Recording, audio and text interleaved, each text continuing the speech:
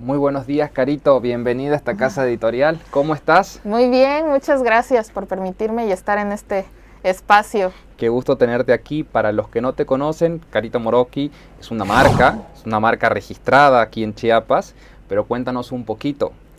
Pues bueno, Carito Moroki surgió a partir del 2009 y ya empecé como a formalizar esto como algo más serio a partir del 2013, que fue que tuve la oportunidad de ya tener un espacio propio, ¿no? Para mi estudio, ¿no? El estudio Carito Moroki, donde ya puedo, pues digamos, trabajar lo que a mí me gusta, lo que pues ahorita es lo que hago, me apasiona y que pues también es parte de mis ingresos.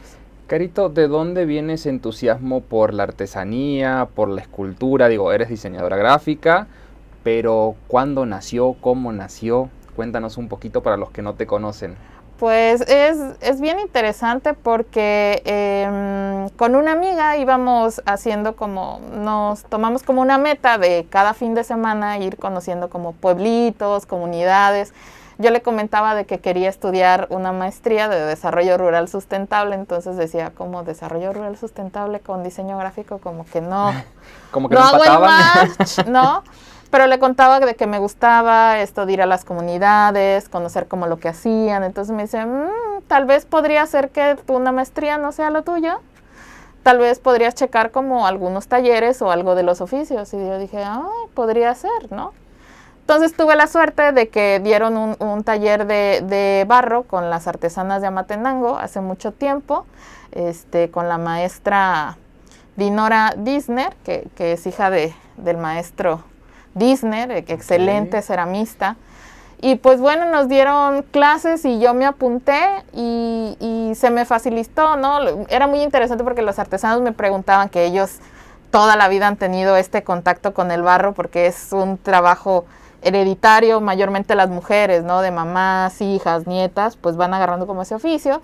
Y me decían que desde cuando yo trabajaba el barro. Okay. Y le digo, no, es la primera vez. Y me dicen, ay, pensé que que lo trabajabas mucho tiempo. Entonces dije, pues ¿dónde pueden ver los que nos siguen tus esculturas de barro? ¿En página web, en sitios, en Face? ¿En qué parte nos pueden pueden checar mis redes sociales. Okay, redes sociales estoy bien. Como Carito Moroki en Instagram y también en Facebook como Carito Moroki. En esas dos redes sociales siempre estoy publicando como los procesos, a veces imparto talleres de cerámica artesanal tradicional o talleres de grabado.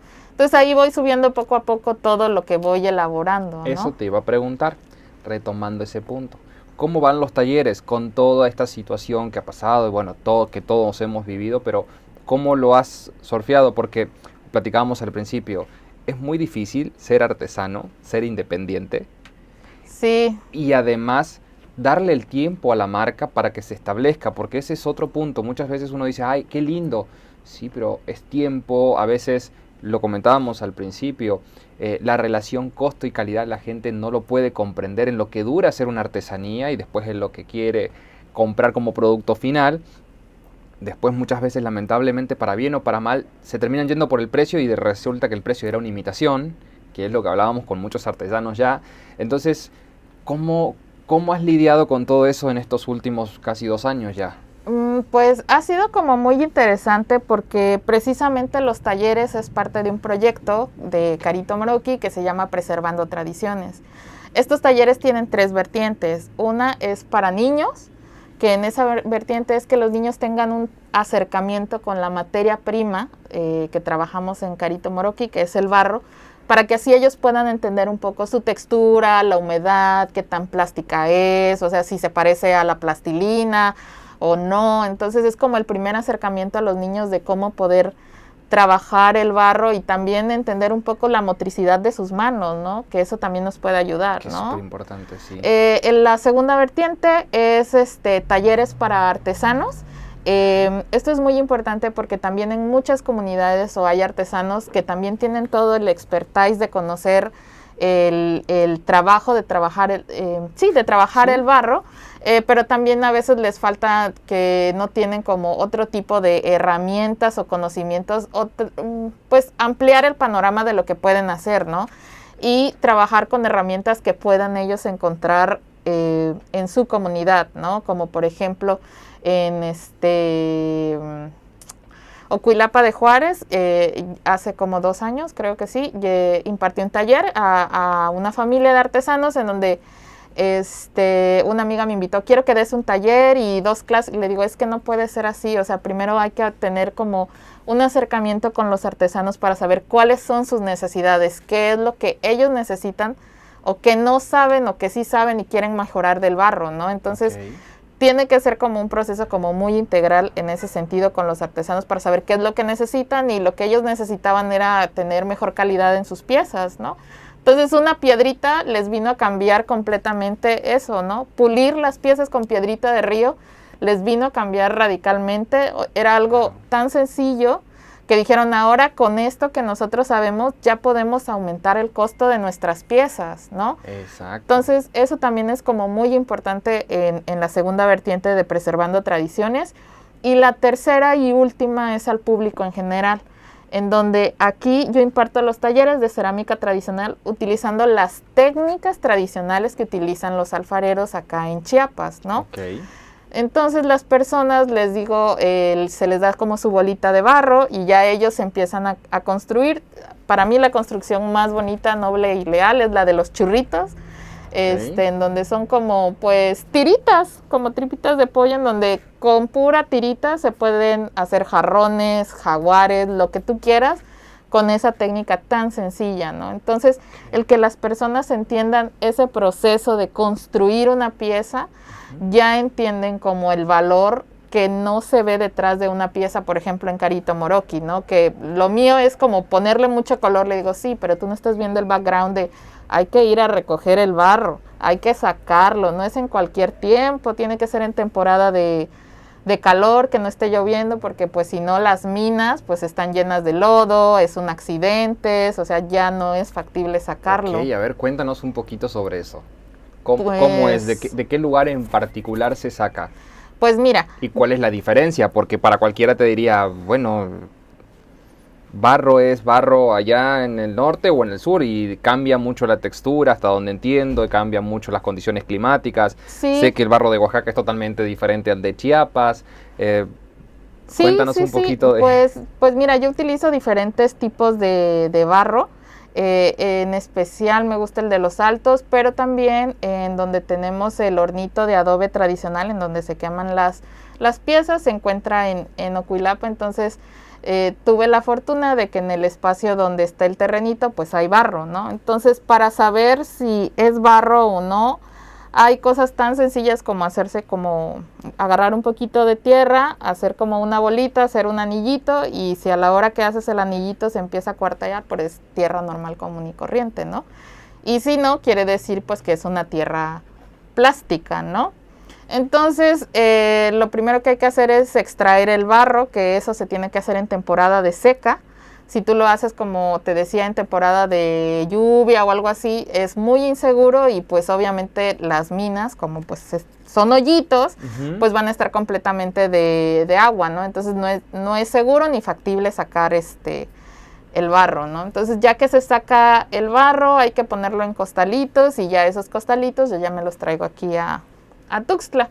Y ya se empieza el proceso de preparar el barro, de que hay que secarlo, triturarlo, hay que unirlo con la arena, y ya cuando está como todo unido, pues ya empezamos como a amasar, y ya tenemos como que la masa, o como le dicen la pasta muchos, pero es el barro ya preparado. Ya podemos empezar a hacer como las piezas. Pero también es importante porque el clima es muy importante, porque las piezas, si hay mucho calor, lo ideal es terminarlas lo más pronto posible.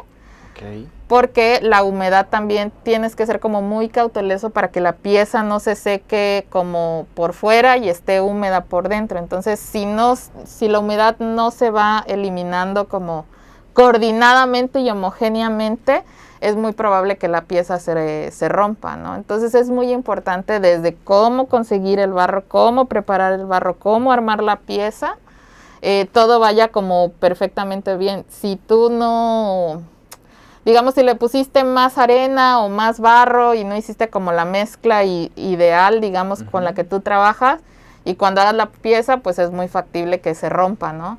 Entonces, ya que está la pieza como lista, hay que esperar un poquito, que se llama como punto de cuero, que no es ni muy seco, ni muy húmedo, en donde tú tienes todavía la opción de poder mover un poco, o sea, como 1 o 2 grados.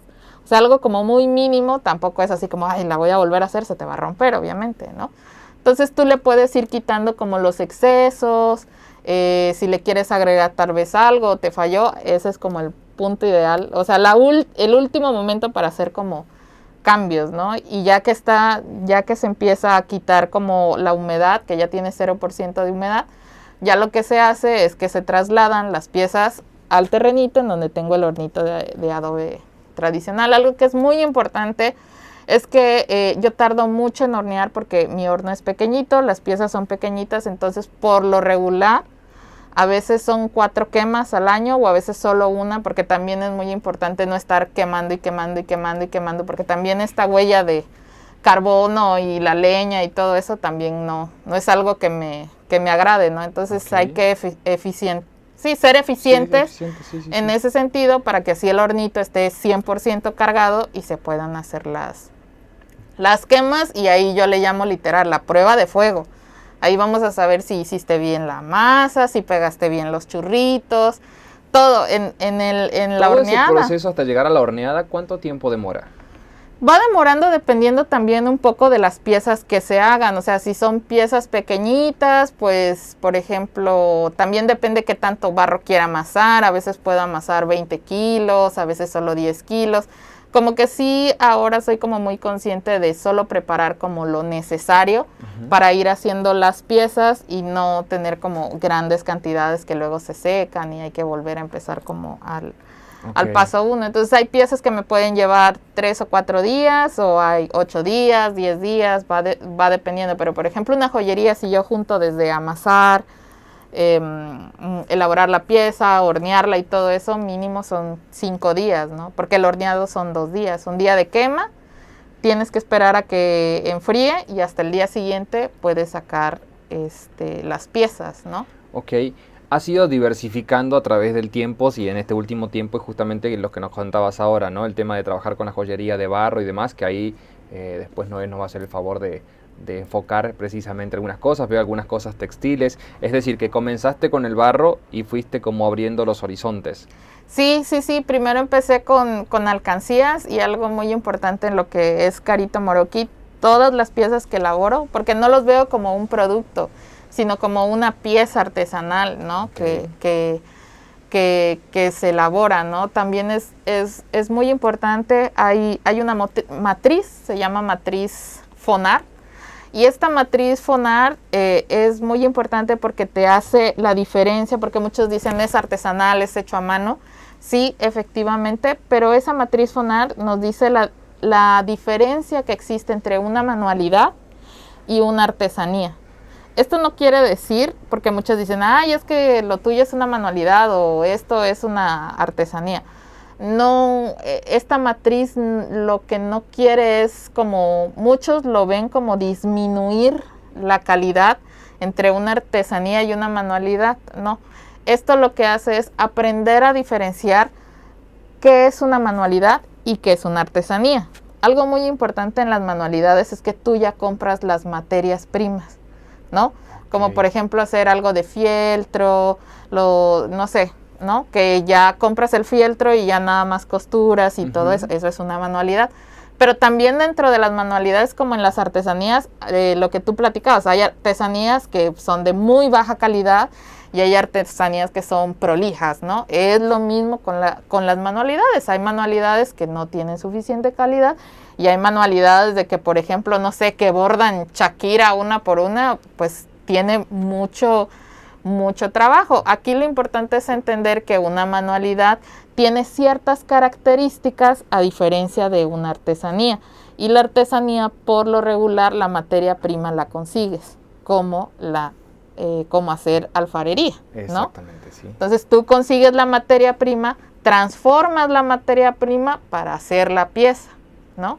Entonces eso es como muy interesante porque también la gente entiende, bueno, esto es una manualidad, esto es una artesanía.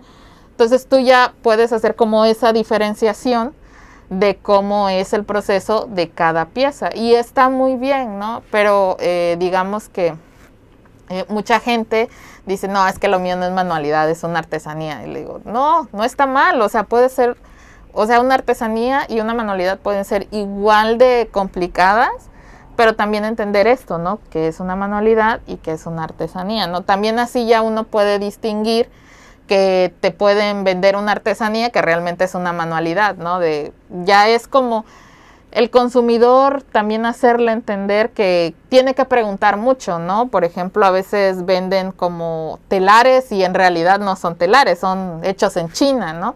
Pero si no tenemos ese conocimiento, pues también va a ser muy difícil identificar y tú puedes decir, no, pues esto es hecho en Chiapas y es artesanía textil y les dicen, no, pues esto, mira, aquí viene hecho en China, ¿no? Entonces el textil lleva como ciertas características, por ejemplo, aunque ellas compran los hilos, el trabajarlo en la máquina, porque muchas veces ya lo hacen con máquina de costurar, tener esa maestría de cómo van moviendo digamos, la tela, o muchos que lo hacen en punto de cruz o que es bordado a mano, pues también eso es una artesanía, pero es ir conociendo poco a poco un poco de eso y meterse un poco, ¿no? Ok. Me decías al principio que la familia no se dedicaba a la artesanía. No, en realidad mis papás son maestros, entonces son cosas como muy de educación. Mi papá también es contador, entonces yo fui como que la que dijo, voy a estudiar diseño gráfico, ¿no? Pero por parte de mi papá, mi abuelito era sastre, y por parte de mi mamá, sus bisabuelos y sus tíos estaban como muy enfocados en la fotografía. Okay, porque entonces, fueron de los... Hay algo por ahí exactamente tal vez donde viene... Pueda ser que ahí hay algo un poco. Ellos se enfocaron más en la fotografía, vienen de los Yáñez. Y es algo irónico porque a mí no me gusta nada de la fotografía, pero ella me contaba que tenía un bisabuelito o tatarabuelito que arreglaba como el reloj del centro, o sea, como que era más de oficio, ¿no? Como Exacto. Impresor y cosas así. Digo, bueno, tal vez con él me podría identificar un poquito más, ¿no? Ahí tocas algo de nuevo que es importante. Los oficios a nivel cultural en la mayoría de los países como que va desapareciendo. ¿Cómo ves esa situación aquí en el estado? Yo siento que ahorita están teniendo como un boom y eso es bueno porque los oficios son súper nobles. Es algo que también nos ayuda con este mundo de la rapidez y globalización y esto, lo que platicábamos a veces con mi mamá antes, o sea, se te rompía el calcetín, lo costurabas, ¿no? O no sé, había que cambiar el doblez, lo llevabas con el sastre o con la costurera, u otro tipo de oficio, no sé, hojalatería, que quiero que me armen esto y el otro, como cosas como muy específicas, y eso está bien, ¿no? Que tengan como esta segunda oportunidad, porque siempre han estado, pero tal vez no se les ha dado como el valor que tienen, ¿no? O sea, yo más bien siento que es eso. Y también cambiar este chip de reutilizarle, darle una segunda oportunidad a algunas cosas, porque igual habían radios, o no sé, nos pasó hace tiempo de que se descompuso un radio, que lo habían comprado como hace 6, 7 años, y les dije, ¿saben qué? Yo tengo el radio que me dio mi abuelita de hace 40 años, y o sea, funciona perfectamente, ¿no? Entonces digo, solo hay que conseguir a alguien que tal vez le dé como su aceitada o algo así, pero también ya es complicado porque mucha gente dice, no, pues un oficio, o para qué me dedico a esto, mejor, o también esto, ¿no? De emigrar a la ciudad y todo, es como muy complejo también, ya es como otro trip, como más grande, que tal vez no tengo como el conocimiento amplio, pero siento que ahora con esto de reutilizar la moda es bueno. Ok. Ahora, si tú me tendrías que explicar de dónde vienen tantos colores, ¿cómo lo explicarías? Pues yo creo que sin querer queriendo, los colores son como alegría pura, ¿no?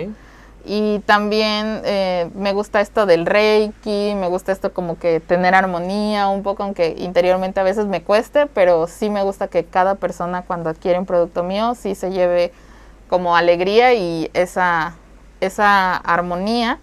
Entonces también es parte como del diseño, ¿no? De la psicología del color, que también muchas veces pregunto, tengo como otra parte de Carito Moroki que son los mandalas, que me encanta porque muchas personas me confían de, ¿sabes qué? Quiero un mandala, que esto me ayude a tranquilizarme, en dónde lo vas a colocar, qué es lo que quieres que esto te ayude, te va a servir para meditar mientras haces yoga o no, el tomarte 1 o 2 minutos en ver tu mandala y que eso te regrese a tu presente, a tu yo, es como muy importante, ¿no? Entonces, tener que me den esa confianza para que yo pueda transmitir eso es bien interesante. Y cada que hago los mandalas siempre es como una plática previa, como de mínimo 30, 40 minutos para entender qué es lo que siente la persona, cómo lo voy a utilizar. Es muy importante en dónde lo va a colocar. Por ejemplo, si lo quiere para descansar, pues van a ser ciertos colores, o si quieres energía, pues también ese mandala debe ir ubicado en otro lugar, porque si quieres algo energético y lo vas a poner en tu cuarto, pues no vas a dormir, vas a traer la pila como más elevada de lo normal, ¿no? Entonces sí es importante también esto de usar el color de una manera responsable, diría yo. Me comentabas al principio que siempre has estado en Tuxtla. Normalmente, por alguna razón que desconozco, en un 90% los escultores, los artesanos y demás deciden migrar todos a San Cristóbal. Me imagino que porque San Cristóbal ya hay como una tendencia. ¿Cómo hacer para que Tuxtla empiece a tener esa tendencia o esa identidad? Yo creo que también es importante entre los artesanos y tal vez con instituciones gubernamentales hacer como ese acercamiento. También debemos de tomar en cuenta que San Cristóbal es un pueblo mágico y eso también le da como bastantes puntos. Y también siento que en la escena de Tuxtla Gutiérrez están habiendo cambios, se están haciendo como muchos bazares, hay instituciones que... La semana pasada tuvieron bazar, creo, ¿no? O tuvieron una exposición inclusive. Sí, también hay diferentes organizaciones que también nos ayudan en esto. También, por ejemplo, en mi caso, que fue bastante ardua esa labor, pero lo logré. Ahora yo soy ya cuento con el distintivo marca Chiapas original, que es algo como muy, muy, muy importante, porque el tener ese distintivo hace que las piezas que yo elaboro tienen un distintivo de Chiapas, ¿no? O sea, tú tienes la certeza de cuando tú compras una pieza conmigo, es de marca Chiapas, ¿no? Porque también es como un comité que evalúa y checa tu producto. O sea, sí fue como un espacio bastante, no complicado, sino también como de mucho batallar, trabajo proceso, ¿no? Para poder tener como todos los estándares que ellos pidan y que yo pudiera estar como certificada. Pero eso es súper importante porque también son situaciones en las que debemos ir como anexándonos justamente, ¿no? Para ir haciendo como una comunión con todo lo que viene, y cuanto más herramientas tengamos para darnos a conocer, ya sea como marca Chiapas, ya sea como el distintivo, ya sea como parte de lo que es el Estado, nos ayuda a todos. Y nos da certeza justamente de que si viene un visitante, si viene un turista, cuando se lleva un producto chiapaneco, que es lo que hablábamos la vez pasada con la gente del ámbar, es decir, que se lleven ámbar de verdad, que se lleven, y no una imitación y después se den cuenta cuando están llegando a sus localidades. Entonces, rescatar un poquito eso y justamente ahí sí hacer esa mancuerna entre parte de Estado, artesanos, cultura y demás, para preservar y para cuidar mucho esa parte. Sí. Por ejemplo, tuve la fortuna de ser parte, la Secretaría de Bienestar sacó un catálogo de artesanos en donde más de 150 artesanos nos tomaron nuestras fotos, nuestros datos. Entonces eso fue bien importante porque ya es un catálogo en donde tú ya puedes buscar muchos artesanos como el ámbar, la alfarería, la cerámica, joyería. Hay una infinidad de personas que no recuerdo otros rubros, pero esos son como los más, pero o súper textiles, interesante, ¿no? porque incluso ahí se puede justamente exponer, mostrárselo a la gente para que le dé seguimiento. Ajá, y para que exactamente, y no solo yo, ¿no? Sino que son muchos y que existe una variedad, o sea, somos muchísimos los artesanos, y también es como bien importante que también junto con mi marca lo que elaboro es que siempre cada pieza tiene un nombre en tzotzil, celtal o zoque, y todas llevan un certificado de pieza artesanal Carito Moroki, en donde se les explica cuál es el significado del nombre, cuánto tiempo me llevó elaborarlo, qué tipo de barro utilicé. Su ficha técnica completita. Exactamente, ¿no? Porque para mí sí es muy importante de que sepan, ay, bueno, estos corazones, bueno, este corazón se llama yolté. Yolté significa corazón del árbol en tzotzil, ¿no? O el chitame, cerdito en celtal. Las libretas, por ejemplo, que se llaman chicks, que es pequeño en zoque. Entonces siempre me gusta darle como ese plus de que todas mis piezas lleven un nombre en tzotzil, celtal y zoque. Ok. ¿Qué es lo que más te gusta de tu trabajo? Pues son diferentes ramas. A mí, por ejemplo, en el barro, a mí lo que más me gusta es pulir las piezas. Eso es con la piedrita y estarlo, como dicen, sobando la pieza hasta que lo sientas suavecito. Es algo como de lo que me gusta mucho.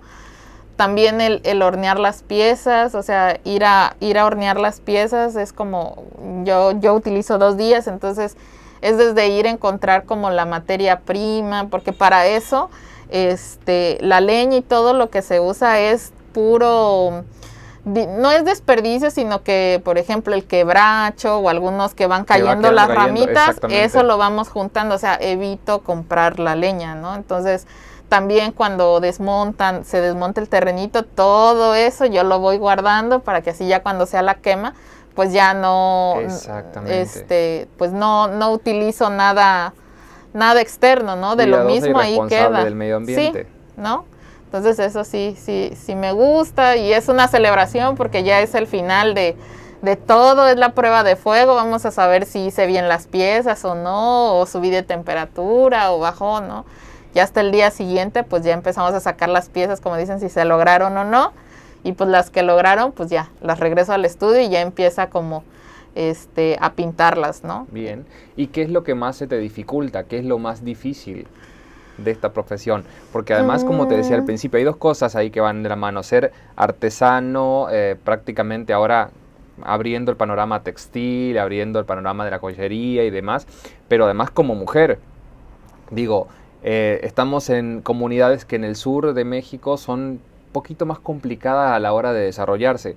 Creo que hace un par de años se viene trabajando justamente en este tema, y justamente lo hablábamos con las artesanas la vez pasada. Por ahí muchas veces es falta de nada más como hacer un poquito más de mancuerna para explorar y para hacer conocer más el producto, porque hay productos en Chiapas donde quiera que vayas, en cada pueblito que tú ya has conocido, encuentras cosas increíbles.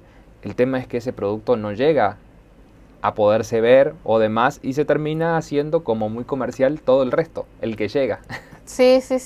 Es algo complicado, pero yo creo que poco a poco también es ir haciendo como unión, y también las artesanas, también hay muchas organizaciones, o veo de que ya se trabaja más en comunidad, y también es como entenderlo, a veces incluso, ¿no? O sea, ponerle el precio a tus productos, independientemente que debes de que el agua, la luz, esto y el otro, lo que tienes que hacer y todo eso, también es como bien complicado, ¿no? Y también muchas veces como las personas nos ven como el background, y que están como acostumbrados a que les dicen, bueno, sí, llévatelo en 5 pesos, pues dicen, ay, no quiero pagar más, ¿no? Entonces a mí sí me ha tocado mucho, y en su mayoría han sido las veces de las personas que me regatean son hombres. Los hombres son los que me regatean más. Entonces, sí es molesto, y yo le digo, cuando usted va al doctor le pide que regatee, ¿no? Pues es lo mismo aquí conmigo, o sea, tal vez tú no ves como todo este conocimiento que no tiene como un título, pero es un conocimiento empírico, es un conocimiento ancestral y mucho más complicado, porque se va pasando como de generación en generación, ¿no? Como con los artesanos, ¿no? Okay. Yo tuve la fortuna de pues estar en algunos cursos, y ya va siendo como un híbrido de lo que voy conociendo, pero lo que a mí me interesa es como que todavía estas técnicas tradicionales de los artesanos sigan vivas, ¿no? O sea, que la gente entienda de que muchas veces no es necesario tener como 20,000 herramientas para poder hacer una pieza, sino con un palito y una piedrita y algo tan sencillo también se pueden hacer cosas prolijas, ¿no? Cosas súper interesantes, ¿no? También comentábamos al principio que estamos en octubre, en el mes de la concientización y demás, y tú me comentabas algo sobre el déficit de atención.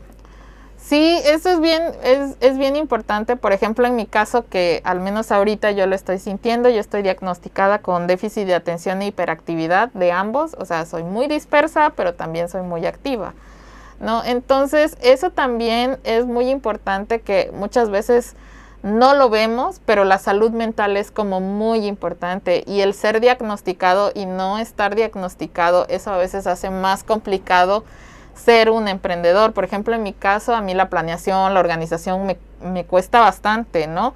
Entonces, digamos que la manera en cómo trabaja mi cerebro no es distinta, o sea, lo resuelvo de una manera diferente a lo promedio, ¿no? Porque al final de cuentas sigo siendo normal, soy una persona normal, nada más que resuelvo de distinta manera que las personas promedio, ¿no? Entonces, a veces es complicado con las personas, a veces me ha llegado, en mi caso, que tengo que pedir que me expliquen nuevamente, o me puedes repetir de nuevo la pregunta. O sea, el ver la cara de las personas como que, ay, ¿por qué no le entendiste? Pues porque no le entendí, ¿no?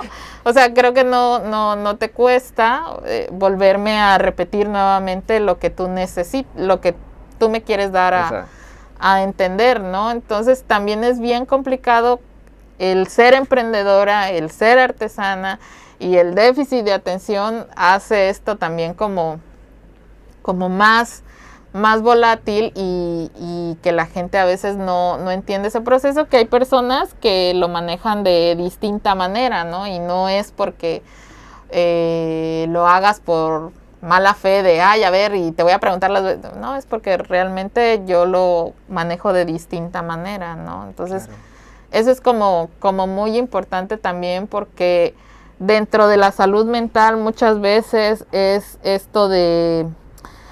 Y en el diseño siento yo que es como, ay, vamos a trabajar en la noche porque ahí me llega la inspiración y todo eso es más tranquilo. Efectivamente, en la noche es más tranquilo porque nadie te está molestando, ¿no?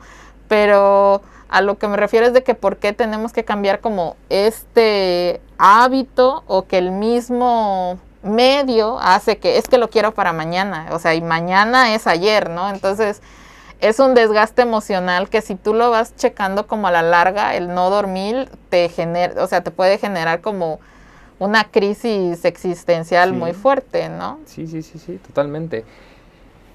¿Qué es el lugar que a ti te gusta más trabajar con el barro en Chiapas? A mí el barro que más me gusta es el de Los Altos. El de Los Altos me gusta bastante. También el de Chiapa de Corzo es muy bonito. El de Cuilapa también.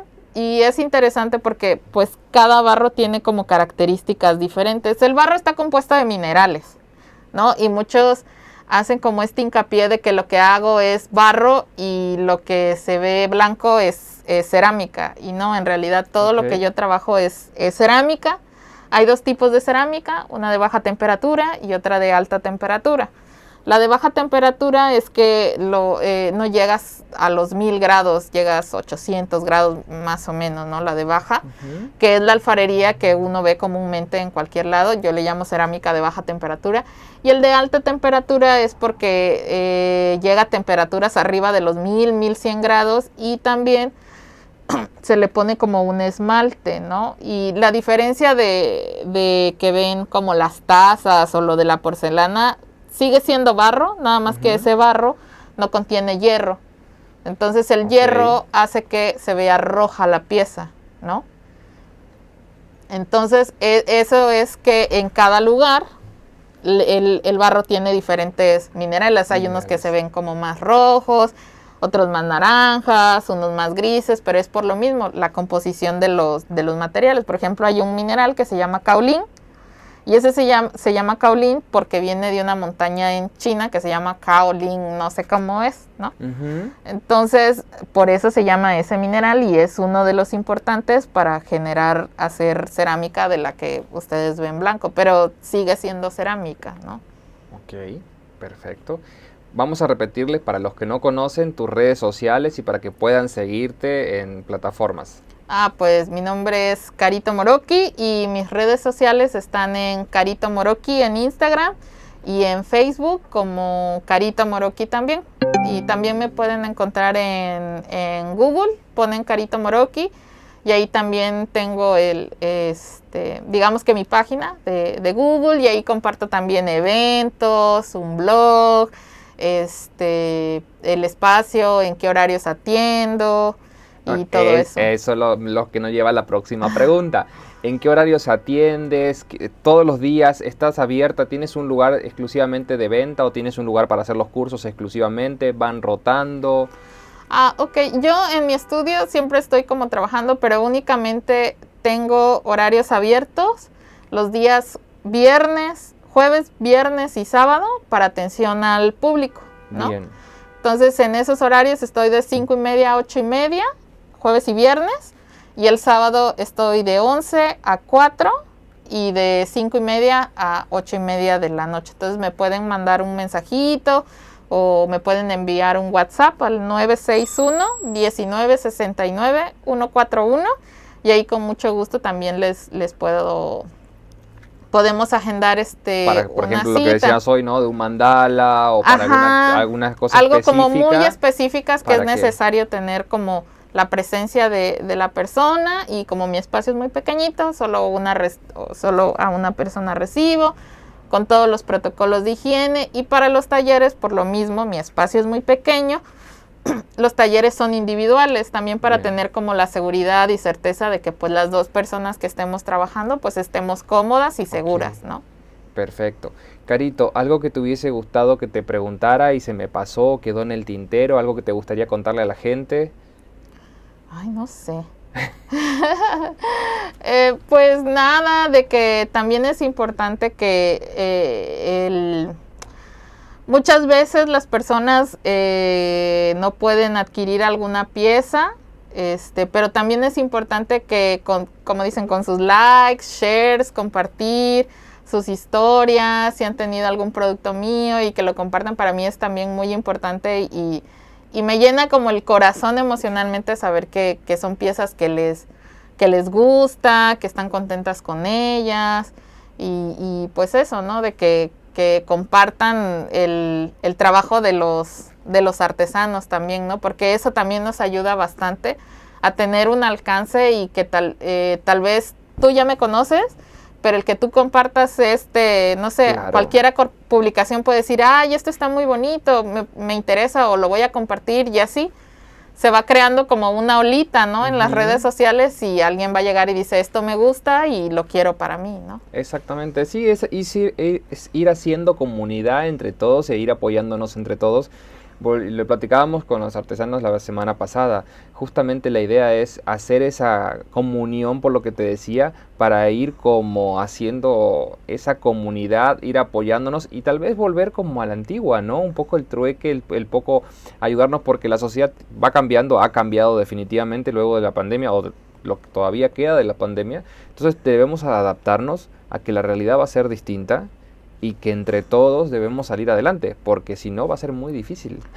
Sí, y sobre todo también nosotros, que los artesanos, pues muchos trabajamos como cosas muy creativas, inusuales, que tal vez no son un artículo de primera necesidad, pero la pieza que ustedes se llevan alma, corazón, muchas horas de trabajo, de cada persona, de cada artesano que lo llevan y pues lo más importante es que es sustento para cada artesano, o sea, el tener una compra, como muchos no saben, pues es como trabajar al día, ¿no? O sea, no es como un empleo estable que cada quincena tienes la certeza de que vas a recibir algo, ¿no? Entonces, esto es como muy importante que lo vean como que están apoyando para que esta persona viva dignamente, ¿no? Así es. Que yo viva dignamente.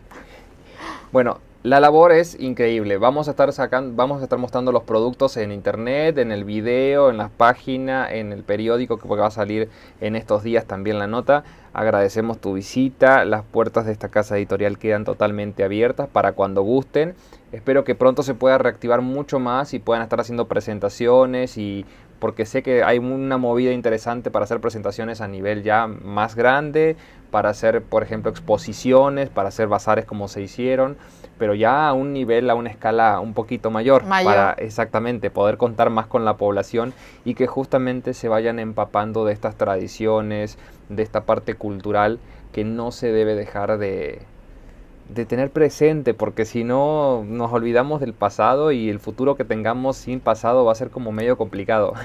Exactamente, ¿no? Y también que tengan las personas la certeza de que entiendo, y por lo mismo, ¿no? El salir al exterior, en mi caso, ha sido como muy complejo, ¿no? Empezar a habitar espacios públicos y todo eso, pero también es como no perderle el miedo, sino checar como toda la puntuación, todos los valores para estar seguros en esta pandemia, ¿no? O sea, el cubrebocas, mantener la sana distancia, ser conscientes, y todo eso nos va a ayudar bastante también a que las personas, pues también siguiendo como todos los protocolos de higiene, pues también se sientan seguros en ir a espacios en los bazares, o por ejemplo, que quieran visitar mi estudio, porque muchas veces dicen, ay, bueno, ¿cómo lo haces? Y le digo, a veces, como tú dices, estamos tan enfocados en la producción que a veces nos olvidamos de esta parte de las redes de, ah, ya lo terminé, me quedó muy bonito, pero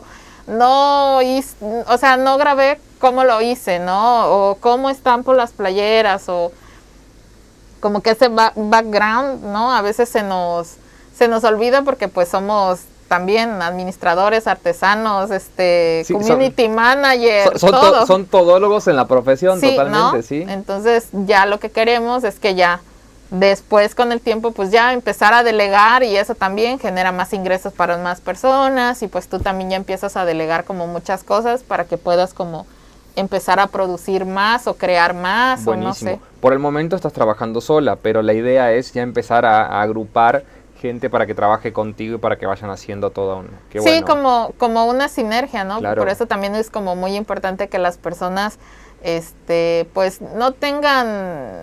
A veces siento que es como, ay, ¿será que le hablo? O el costo, ¿no? Con Entonces, confianza, que te confianza, hablen. Okay. Ajá, exactamente, y se puede llegar, o sea, hay diferentes tipos de piezas, costos. Obviamente pues si es una pieza que me cuesta, o sea que me lleva el tiempo, un mes, un mural o un mandala, pues sí, obviamente no puede ser el mismo costo que algo que sea algo como más sencillo, porque muchas veces pueden decir, es que pequeñito es más económico, y no, lo pequeñito es más delicado porque tienes que tener el pincel 7.0 para poder hacer cada línea, al igual del que es de medio metro el mandala, pues igual es la misma cantidad de pincelitos delgaditos, pero imagínate con un detalle de medio metro. Entonces es también eso, ¿no? Sé que es difícil la pregunta, pero si tuvieras que elegir qué es lo que más te gusta hacer, si el mandala,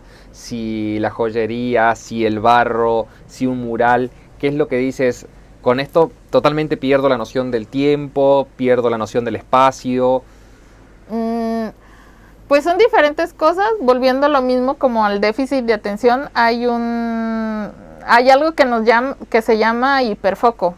O sea, podemos ser muy dispersos. O sea, yo puedo ser muy dispersa, pero también puedo ser muy enfocada. Entonces, por ejemplo, hacer los grabados o el mandala o los murales me puede llevar, o sea, me puedo súper enfocar, que a veces olvido desayunar, comer, o no me doy cuenta cuando pasan las horas y digo, ay, tengo que hacerlo. O igual hacer como las piezas, ¿no? Eso es bueno, pero también no es tan bueno, porque luego te hiperfocas en algo que puede hacer que no sea lo prioritario y estás enfocado como al 1000 en eso, ¿no? Entonces, yo creo que dependiendo como me vaya sintiendo, como algo Digamos como hobby, yo podría decir como que el grabado, o sea, sí me hace como mucho hiperfoco, y elaborar las piezas también, porque sí me tengo que enfocar mucho en que soy muy desesperada, pero el barro, no sé, le tengo mucha paciencia, e independientemente de que el barro no es que haga lo que él quiera, pero tiene como su modo de perder la humedad, es generar paciencia, y es algo que a mí me llama mucho la atención, que no me desespera, ¿no? O sea, es algo como que sé que tengo que esperar, no pasa nada, ¿no? Pero alguien que no haya trabajado, que muchos piensan que es como plastilina y ya, listo, no es así, hay que esperar, o está muy pesado. Por ejemplo, Juanita Gómez, que hace los jaguares, que es una artesana de lo genial. Sí, totalmente. De lo genial que es Juanita. Entonces, Juanita, para hacer el jaguar, un jaguar Wanderer, tiene que hacer primero otro pie. O sea, no puede armar un jaguar el mismo día porque es imposible. Imagínate, todo húmedo, el barro se rompe. Entonces, tiene que ir por partes, es lo mismo con el barro. Entonces, no sé, eso es como muy raro, ¿no? Soy muy desesperada, pero con el barro hay toda la paciencia. Toda la paciencia del mundo, ¿no? Tienen buena sinergia, entonces, definitivamente. Sí, tal vez yo creo que el barro me ayuda a generar ese arraigo, ¿no? Estar como en el presente. Carito, gracias por tu tiempo. Estamos a las órdenes, y cuando gustes, las puertas de esta casa editorial están abiertas. Y esperamos pronto ya poder reactivar y poder ir a visitarte a tu estudio para ir a ver y para ir a tomar algunas tomas específicas de cómo todo el proceso de las diferentes piezas que elaboro ahí en mi estudio. Gracias por tu tiempo, y estamos a las órdenes. Muchísimas gracias. Que estés muy bien, que tengas bonita tarde. Gracias.